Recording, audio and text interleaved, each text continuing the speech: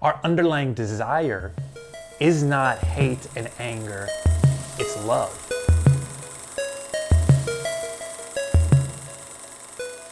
Hey everybody, my name is Nick. I'm a director and editor living in Taiwan, and today I'm going to be talking about the film Merry Christmas, Mr. Lawrence. So right off the bat, Merry Christmas, Mr. Lawrence is a little bit confusing because of the title and the advertising for this that you might see when you watch a trailer or whatever. The film really highlights the fact that David Bowie is an actor in it, and then the film is called Merry Christmas, Mr. Lawrence. So you think that, okay, the main character will be David Bowie as Mr. Lawrence, but he's actually not.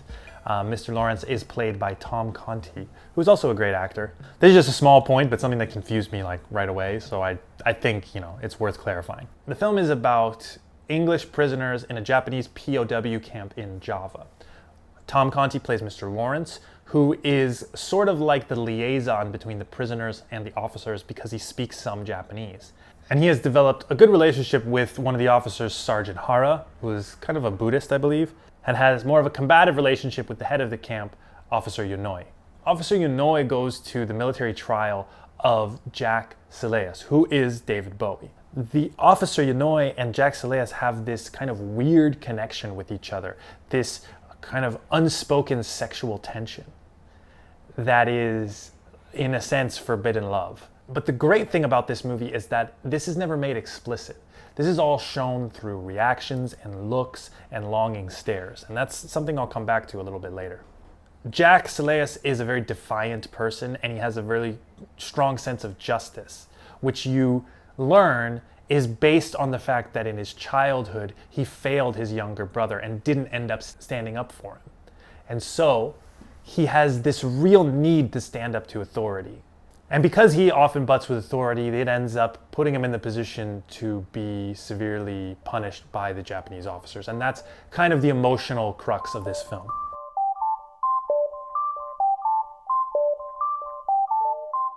I first want to talk about the look of this film. The production design of this film is absolutely beautiful. They actually built an entire camp.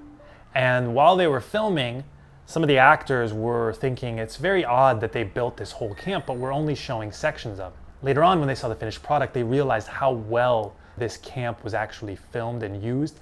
And they said that being in this space that was so expansive and big was really, really helpful for their ability to feel like they were in this space, living in this camp.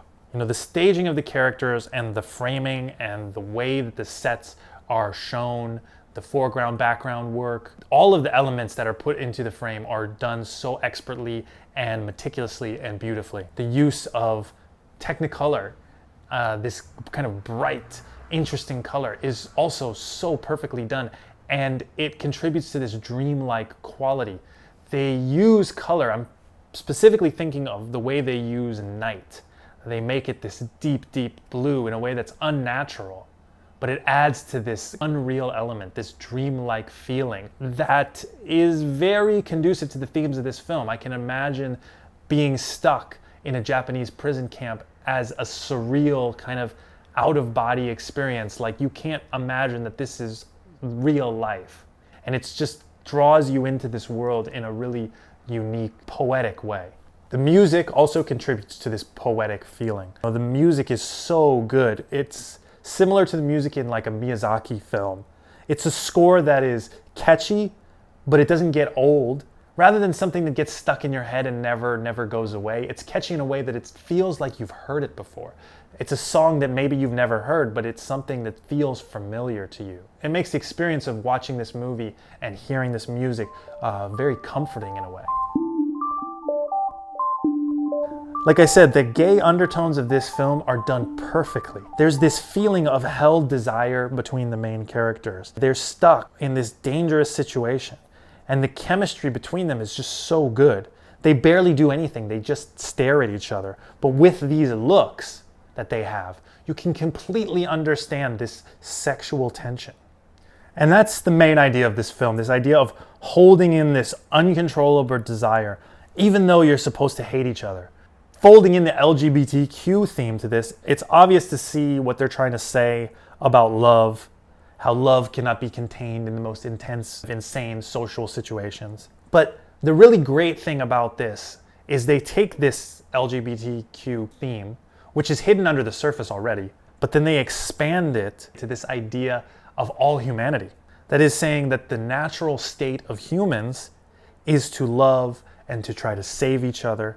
And even in the midst of this social control, our underlying desire is not hate and anger, it's love.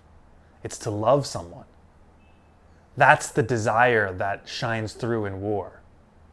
You know, humans are not evil creatures that want destruction and pain. That's a societal pressure of circumstance and survival that's put on them.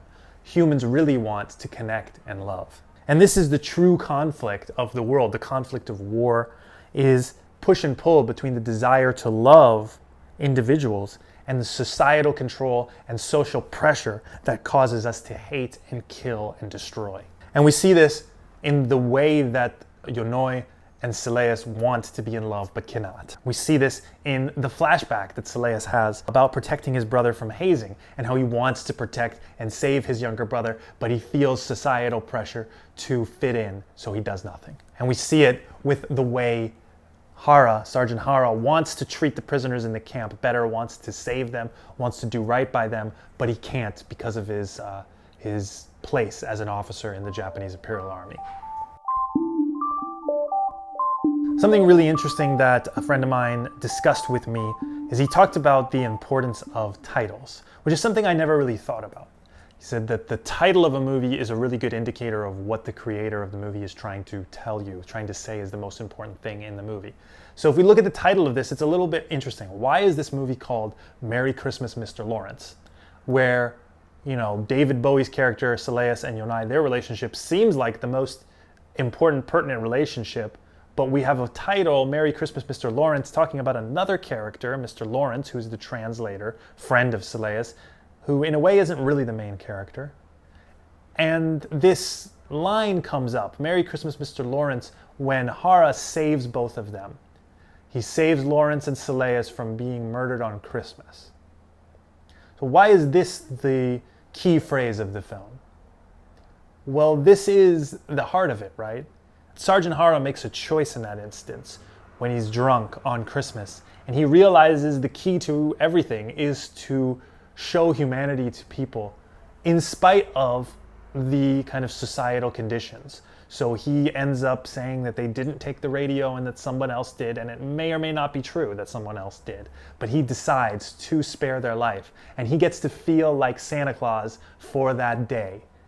And he's very happy about it, and he feels so good and so benevolent. And this title comes back at the very end of the film in a very heartbreaking way, where when the situation is reversed and Hara himself is now set to be executed and Lawrence has no power to set him free, and they sit and they talk to each other and they remember that Christmas and they say, that was a good Christmas, wasn't it?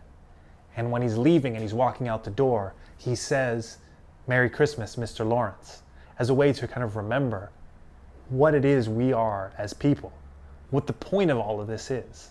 Giving to another human, loving, is the real meaning of it all. And the societal pressure, the war, the conflict, the destruction, that's all a contrivance. That's not what people are. People are two people together, sharing time, sharing moments, saying Merry Christmas, sharing love with each other.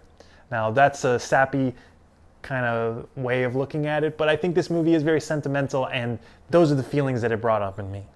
If you've seen Merry Christmas, Mr. Lawrence, what did you think about the themes of this film? What did you think about what the meaning of this title is?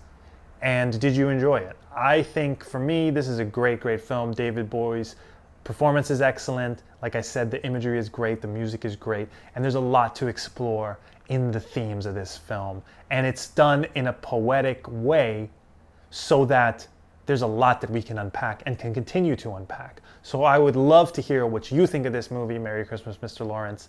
And do you have any other films like it that you love? Thank you for watching. Remember to subscribe, hit the bell, do the things that you should do if you're a YouTube person.